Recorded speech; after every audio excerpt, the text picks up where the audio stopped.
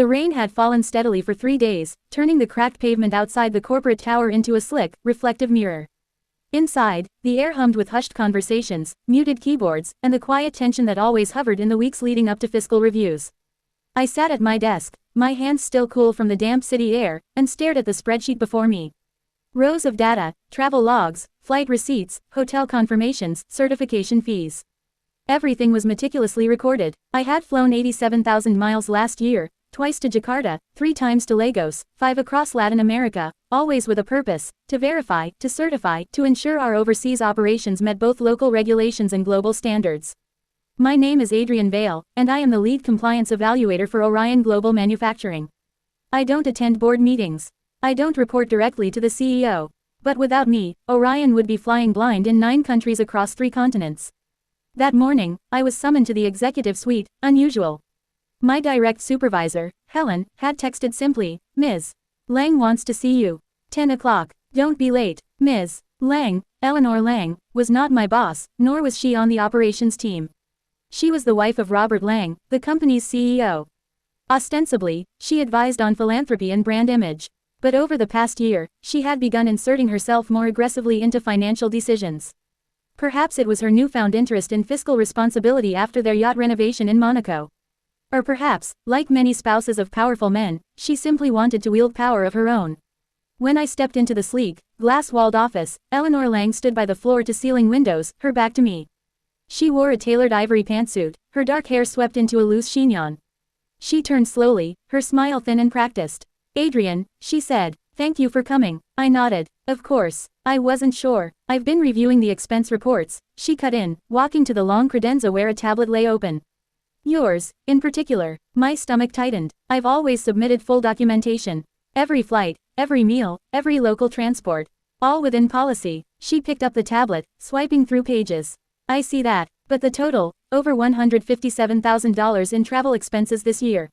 That's more than some of our regional managers earn." "That's because I'm the only one going to these locations in person," I said carefully. "It's required. Our certifications, ISO, OSHA equivalents abroad, must be validated on site. Third-party auditors can't access the factory floors in Dhaka or Caracas like I can. I speak the languages. I know the loopholes. And if we don't maintain these certs, we lose contracts. Millions." Eleanor tilted her head. "But couldn't you delegate some of this?" "With all due respect, no. The audit bodies require direct verification by an internal senior auditor. That's me. I've built relationships with inspectors in Bogotá and Hanoi. They trust me. If we send someone new, we start from scratch." She tapped the screen, frowning. "Last month, 2 weeks in Manila. 5-star hotel, first-class return. That's $13,000. Yes. The certification process took 12 days. There were meetings at 6 a.m. with local regulators. I needed to be close to the industrial zone, and the hotel was the only secure option near the plant. First class, I needed to be alert. These sessions run 12 hours. If I'm exhausted, I make mistakes. One mistake costs us a certificate. One certificate, we lose $4.2 million in annual revenue." Eleanor set the tablet down. "And the flight to Lagos? $8,500. Why not fly commercial?" I exhaled slowly, because the commercial flight had a 17-hour layover in Dubai. That would have meant arriving at the facility at midnight, after 3 flights. The audit was at 7 a.m. the next day. I booked the direct charter through a security-approved provider because the roads near the plant are unsafe at night.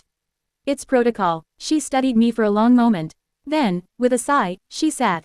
"Adrian, I don't doubt your dedication. But cost is becoming a real issue for the company. Shareholders are asking questions. My husband, Robert, he's under pressure." "That's understandable," I said. "But if we cut audits, we risk non-compliance. I've prevented 6 enforcement actions this year alone by catching issues before they escalated. In Ho Chi Minh City, I found a toxic waste mislabeling that could have triggered a full shutdown. That saved us." "I've seen the report," she said, cutting me off.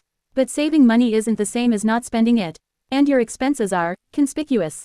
I blinked. "Conspicuous?" She waved a hand. "First class, luxury hotels, multiple international trips. It looks excessive. Even if it's justified, perception matters.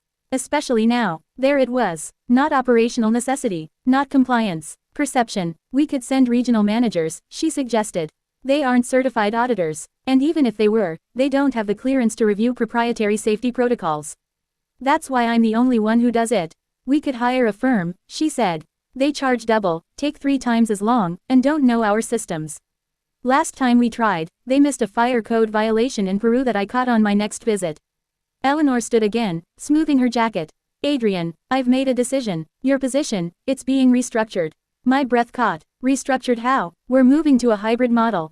Local supervisors will handle documentation, video audits, cost-effective outsourcing. Your role, well, it's redundant now. I stared at her. So you're firing me? I'm realigning operations, she corrected. Effective immediately. Your last check will include severance. Helen will handle the exit paperwork. You're eliminating the only role that ensures we can legally operate abroad. She gave me a tight smile. Technology and trust will have to suffice.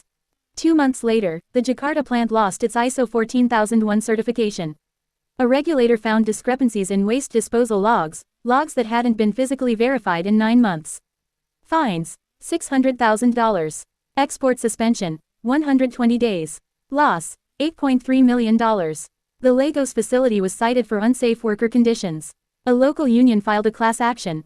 They showed photos, me on site 3 years prior, noting the cracked guardrails, recommending fixes.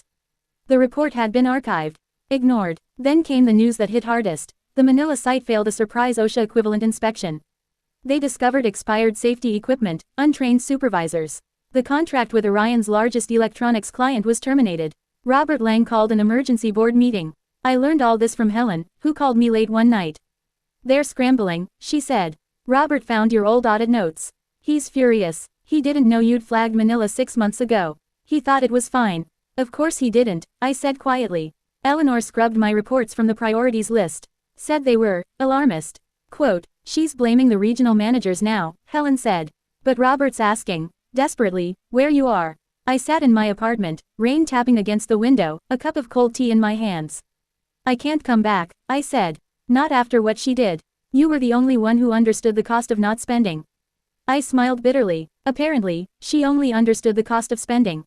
3 weeks after that call, I received a letter. Not an email, a real letter, on thick company stationery. It was from Robert Lang. Adrian, it began, I failed you. I failed the company. I allowed influence where it had no place. My wife has stepped down from all advisory roles. The board has approved the reinstatement of the compliance evaluator position, with a new independent reporting line. We need you back, not because we're desperate, because you were right, because the cost of certainty is not in receipts or boarding passes. It's in accountability, in presence, in going where others won't. I understand if you say no.